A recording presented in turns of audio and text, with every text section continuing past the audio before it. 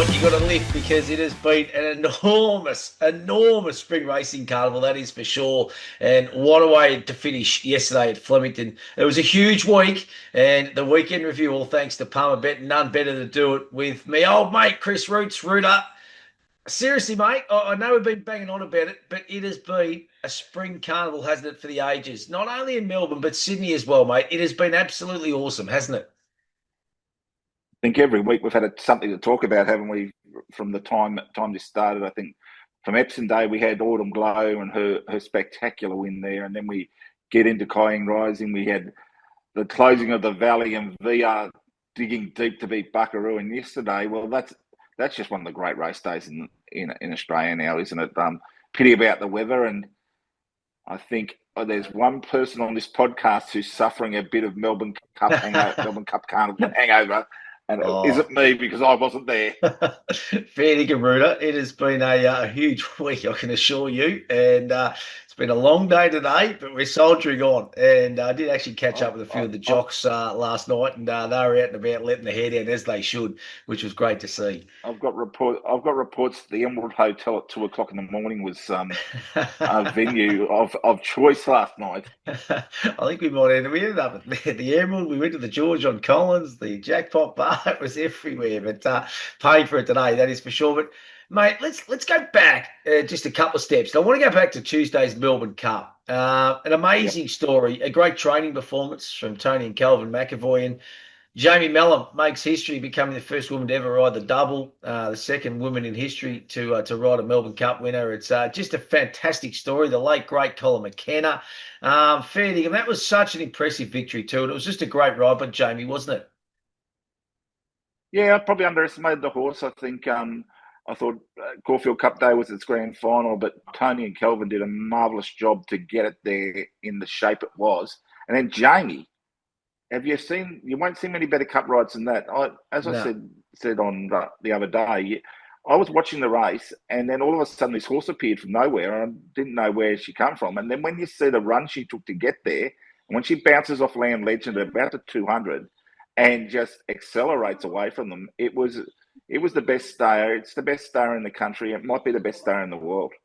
Yeah, no, only got upside for mine. And Colin McKenna, I think I've told you this before, Rudy, but he bred it to win a Jericho Cup. Can it pick up a Jericho in 2 weeks' time on the way through, mate? Do you think? Geez, what would it carry? 90? I could almost ride it. Not 94 kilos, I reckon, to carry, big fella. You might be a sneaky little chance. Hey, what about Thursday? And you talk about stories. Tommy Carberry, an absolute gentleman. Johnny Allen, the Irish boys combining, strictly business, was one of the best wins I've seen too. And a great, you talk about training performances. This was exceptional, wasn't it? 2 weeks from first start to first Group One, an out and out stayer. I think John Allen's getting the reputation. He's just a Derby and Oaks specialist, isn't he? He's been doing it for quite a while. When he gets on the right horse, he gets the job done. And he would have been laughing to himself coming to the turn because he just had so much horse underneath him. And she was the best staying filly, and she just reined them late. She just ran away from them. And well done to the team there. Tommy Carberry, of course, his fame's family, Grand Nationals in England, laced through their history. Now he's added a VRC Oaks, a classic in Australia. Yeah, quite phenomenal. I think Johnny Allen, he's been partying since Thursday. I don't think they've seen him for a couple of days, so good on him. He's a good man, Johnny. That is for sure. When we're talking about jockeys, mate, Mark Zara finishes the carnival with 8 winners. He was definitely the rider of the carnival, wasn't he, mate? Obviously, J Mac missed the day, but he was just sensational. Everything that Zara was on, mate, just seemed to turn to gold, didn't it? Yeah, and I think when we talk about jockeys, we talk about them making a difference. And I know he's one of the two favourites on the first 2 days in Tantyrus and Observer, but he made a difference there because he found the runs, he gave them the opportunity, and the horses just lifted underneath him. And both scored very impressive wins, both 3-year-olds. But a bit of a pity, Tantyrus didn't get there got to the barriers, but didn't get in them on Saturday. So we didn't really get a mark of where it is against the older horses. But Mark's ride on Giga Kick, he just lifted it like didn't he? I was Yeah. roaring at it. I was on it, and I know Magic Time. People might say that was Magic Time, but she's probably one of the better wet trackers in the country, and I thought she had him on toast. And then the big horse just lifted, and the scenes of Clayton Douglas in the mounting yard and the way Yeah, he brilliant. rides this horse, it's there's a lot to be said for the smaller trainer or horseman, as we've seen during this carnival, that absolutely have the one chance and they make the most of it. Tommy Carberry, Clayton to some extent with Giga Kick, it's his big ticket item, and he just keeps presenting it and keeps winning Group Ones. Yeah, it's great, and and I think he planned that preparation perfectly, didn't he? That first up win at Caulfield was absolutely magnificent. 3 weeks kind of between runs, knowing that probably a couple of the other sprinters in that route, I reckon we're gonna, obviously plot different paths, and it might have been a secondary kind of thought, but what a win! And you're right, the scenes in the Manny. I was watching some video there before. Dougie's an absolute beauty. And yeah, good on him, and well deserved. What about the Sydney side of mate? I think Chow that's I Wolf, think that yeah, I you think go, that mate. what we find from the sprint is that there's so many different options now, and they gave up a Yeah, $20 million option and said, right, we're not going to be at our best for it, so why should we go there and take on the best horses in the country? And then they said, right, we're going to put all our eggs in one basket, and we're going to go to the champion sprint with this horse. Now, yeah, it's a pretty big call by any trainer, yet alone a bloke who's got probably one stakes horse in his canister, so he's only got one bullet to fire, and it turns up on the day on a wet day. I know it handles wet track, and it gets the job done. It's just a brilliant mm, training performance, and Mark Zara once again, as I said, lifts it over the line for a victory. yeah, yeah. He was absolutely sensational, and yeah, it was absolutely timed to perfection. That is for sure. What about the Sydney side of mate? Chow Wolf comes down, gets the mile. It was a good race too, mate, and probably just a really nice run. It's good for Joe Pride, isn't it? He's a wonderful trainer, isn't he? And he's really stamping himself now, isn't he, Ruda? Well, he's been the best kept secret from Melbourne siders for a long time. He's just Yeah, a brilliant trainer. You might notice he uses red bridles, which is something that his old boss John Size does in Hong Kong. He learnt all his craft under John Size, and he's turned out to be a wonderful trainer of older horses. And he hasn't really ever had a horse like Chao Wolf, which is he's had since it was a young horse. He took it to the Derby and it ran second in a derby. Then he deep ended as a 3-year-old, didn't do any good in that group, won the Queen Elizabeth. But he always had the opinion of this horse that it was the best horse he's ever trained. It won an Epsom and a King Charles last year. Come out and won the King Charles again, a brilliant ride by Chad Scafer. And Chad, well, he got a bit whip happy there at the end, but he had to, he had to drive them through that gloom and mud there on the weekend. He cops a month and a big fine, but he also cops another Group One. And I think we can clearly say the handover to the best miler in the country, outside the best horse in the country. It's now Chao Wolf, and we can't wait to see them clash in the autumn. Ruda, what do you reckon the best distance? Like, because I'm actually thinking 2,000. I don't know whether 1,600 is the ideal distance for that horse. I think he's an absolute dynamic horse at 1,600 metres. Like he Yeah, can actually be ridden in different ways. And what's happened lately, they've been able to put him into the race where they haven't been able to do that over longer distances. So I yep, think at 1,600 metres, he can travel on the speed and accelerate. He's got such a big sprint on him, and you saw how gutsy and brave he is there. Pericles had him cold there a couple of times. Pericles is becoming a bit of a bridesmaid. He's run second in a Doncaster, third in an Epsom, second in a Golden Eagle, second in a Rosehill Guineas. He hasn't got a Group One, but he's got plenty of big money seconds. So, it's been a earning great good horse checks. for Godolphin, but it's probably why he's a gelding and not a colt still. And Yeah. James Cummings did a great job with him. And once again, Bjorn Baker there, he rode it. If you've seen some of the footage of him, he he was he was a second pilot on top as he rolled in. I think if he won the race, he probably loses it in the stewards room. That's the big thing. I think he Yeah. rolled in 4 or 5 horses on top of the winner. So I think the margin was probably a little bit shorter because of that. Steffi Magnetica, who I like, ran a game race for third, but a lot of them didn't get through those conditions on Saturday.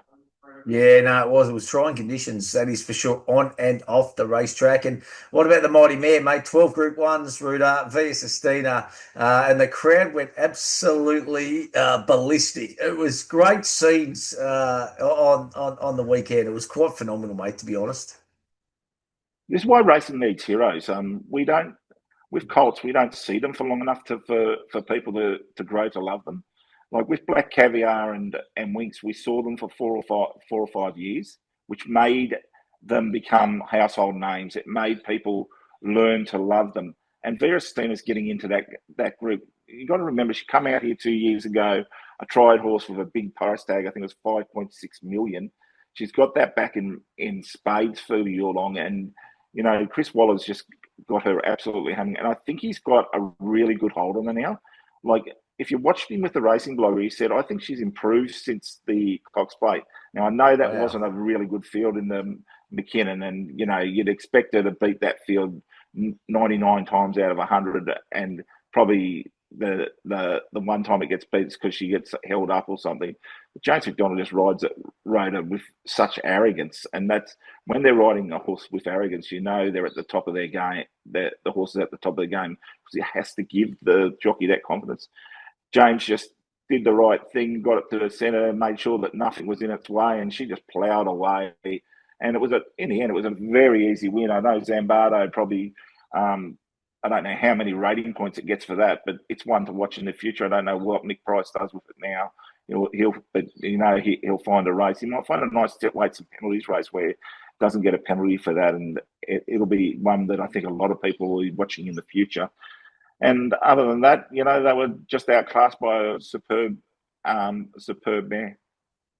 I can't believe, Ruda, they were kind of betting $1.90 at different times. Like it was, like it was kind of ridiculous, wasn't it? I think we were all I think people were just looking for a reason or looking for someone to knock her Well, off. I But think I think people were trying to convince themselves that the bookmakers were yeah, right and the bookmakers were wrong. That was the yeah, thing. Like yeah, the price was when you saw the field and when you saw who she had to take on. yes, She is a dollar. She's $1.40 chance against that field. I don't care what the conditions are or anything.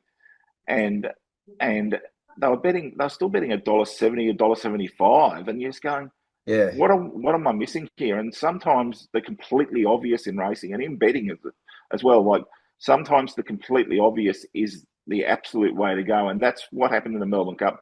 The completely obvious was Half Yours won the Caulfield Cup by a length and a half. She's got a length and a half after to on the rest of the field, and then if she doesn't go backwards and she runs 2 miles, how are they going to beat her? And that's what happened. yeah, spot on. Sorry. And got out to a ridiculous. He got out to about $9, half yours, two on Cup Day, which was quite phenomenal. You just touched on Blogsy, mate. How good has he been? What a revelation from Racing Vic to get him out here. I know Simon Morris has been a big part of it. He's been chaperoning him around everywhere, but gee whiz, just been fantastic. Hasn't the content been awesome? And the way that everyone's embraced him, Ruder, I think that's the most impressive thing, isn't it? I think in Australia we do have tall poppies, and people want to cut people down, but I think it's just his joy of the sport is the Yeah, big thing. Like loves it. he loves racing. He loves betting. He loves everything about it. His missus is there. She loves getting dressed up and going to the races and having a party.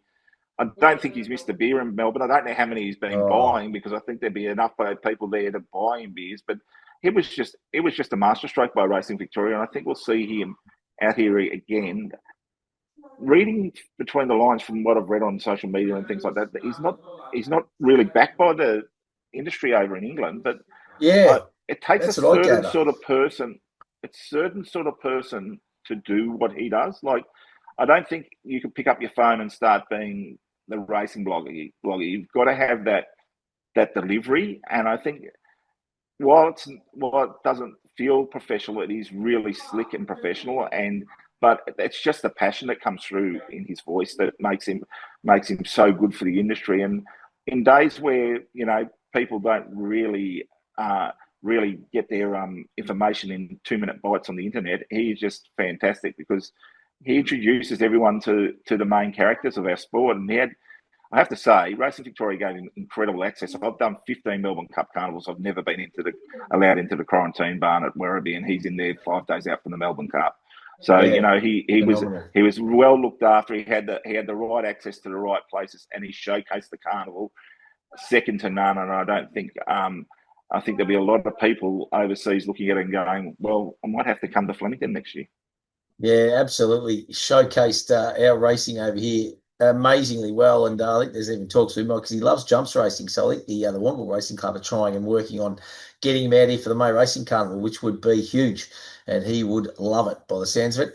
Hey, That's one thing I've got to do now. Now that I know someone from Warrnambool, I've got to make my way down for 3 days in Warrnambool. We will roll out the red carpet for you, big fella. You all you got to do is just get down here, mate, and we will make sure you are front and centre. Don't worry about that. We'll have you sorted. Fair dinkum. You wouldn't believe it. The sun is absolutely beaming in on me tonight, and I'm struggling as it is, but it is fair dinkum beaming in this window. Hey, we go this weekend, CF4 Stakes. So this is a change, obviously in scheduling for the first time. Angel Capital heading there. So what's heading there, do you reckon, Rooter, on Saturday at Caulfield? Basically, Angel Capital against Jimmy Star, isn't it? They look the two main ones in the race, both from the Everest.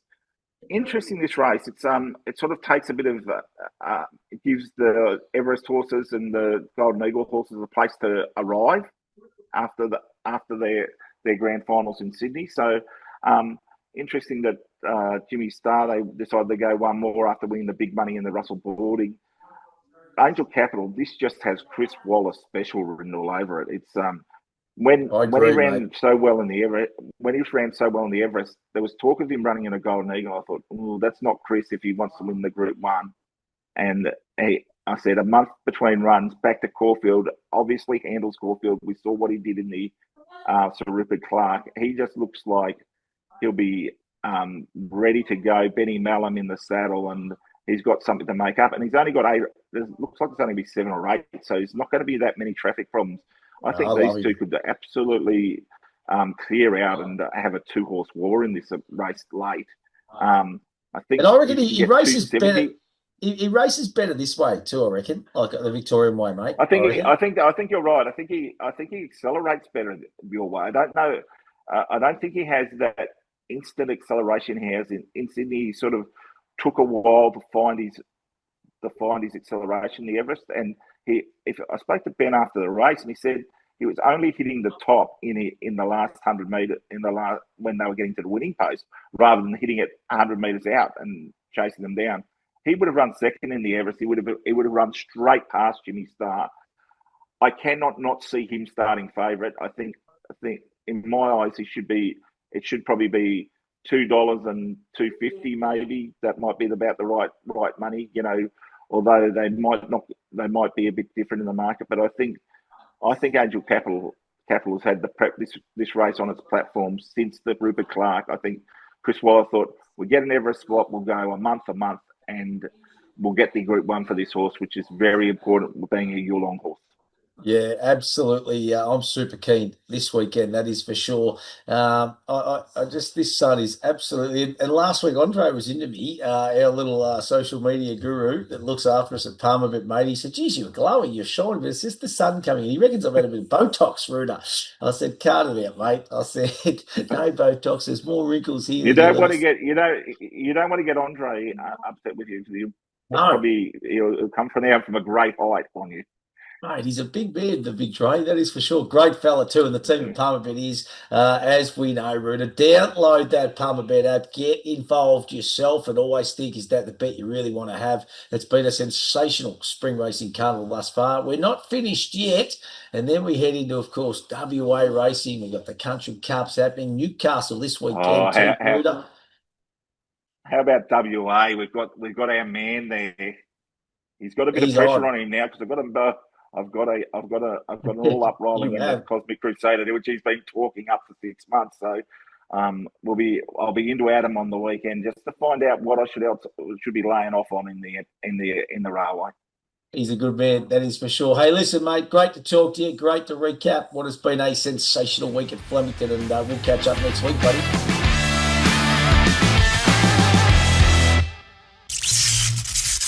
Imagine what you could be buying instead. For free and confidential support, call the number on the screen or visit the website.